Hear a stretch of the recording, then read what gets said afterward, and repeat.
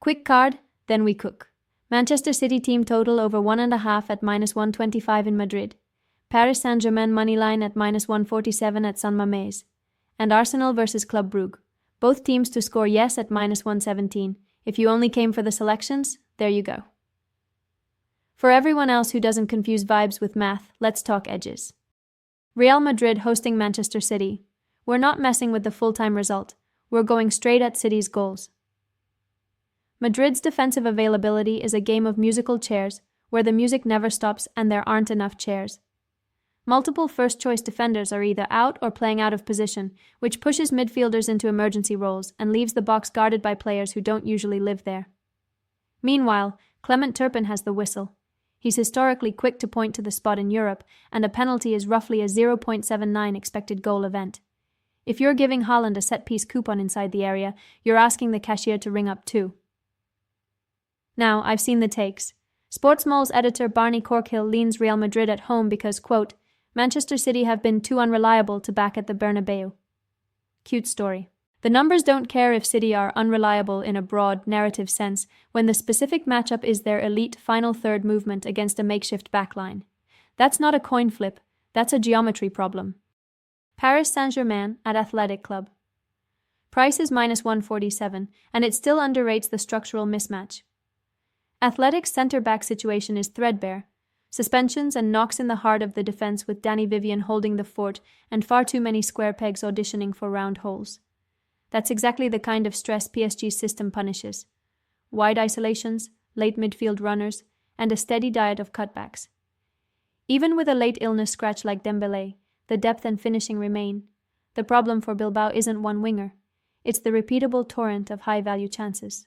And before someone parrots the hostile San Mamés cliché and calls a 1-1 draw, remember, the table pressure is asymmetric. Athletic can't play for a single point. The new league phase format squeezes them toward risk, and risk is oxygen for PSG transitions. Also, tonight's Basque weather is wet and slick. The ball zips, first touches get loud, and recovery steps slip. That favors the team with the cleaner first contact and the quicker third man. Hint, that's the visitors.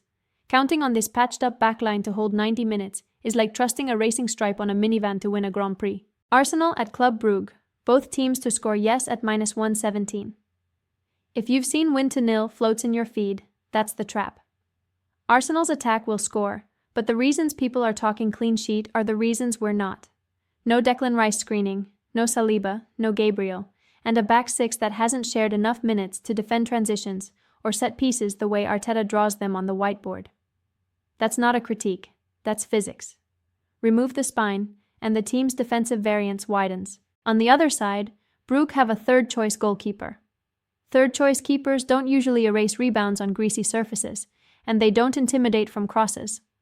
They do their best, and they concede the goal or two they're supposed to concede, but they also encourage the kind of end-to-end tempo where Arsenal's makeshift centre-backs see more box entries than they'd like.